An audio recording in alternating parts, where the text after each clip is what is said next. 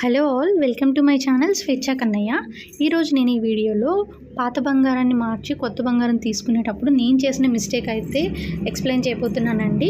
దానికంటే ముందైతే మీరు ఈ రింగ్ మోడల్ అయితే చూసేయండి. ఇది మా హస్బెండ్ కోసం నేను తీసుకున్న ఉంగరము. ఇది వచ్చేసరికి నాకు 6.7 మిల్లీగ్రాములు అయితే పడింది. సో ఇక్కడ స్వామివారు వెంకటేశ్వర స్వామి అండ్ పాదాల వద్ద వచ్చేసరికి అమ్మవారు కూర్చొని ఉంటారు.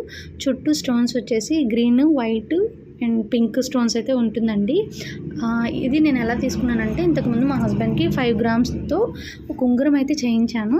అది ప్లస్ మా నాన్నమ్మ గారిది చెవి కమ్మ, అలాగే చెవి చుట్టూ ఉంది. ఇవి మొత్తం కలిపి కూడా నాకు 7.3 గ్రాములు అయితే ఉంది. సో అవి మార్చి నేనైతే ఆ రింగ్ తీసుకున్నాను.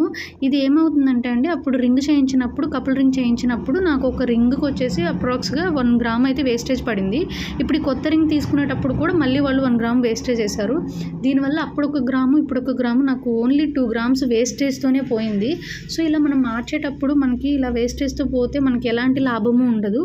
అలా కాకుండా ఒకసారి ఒక ఐటెం తీసుకుంటే దాన్ని మార్చకుండా అలా ఉంచేసుకోవడం బెస్ట్ అని నాకు అనిపించింది.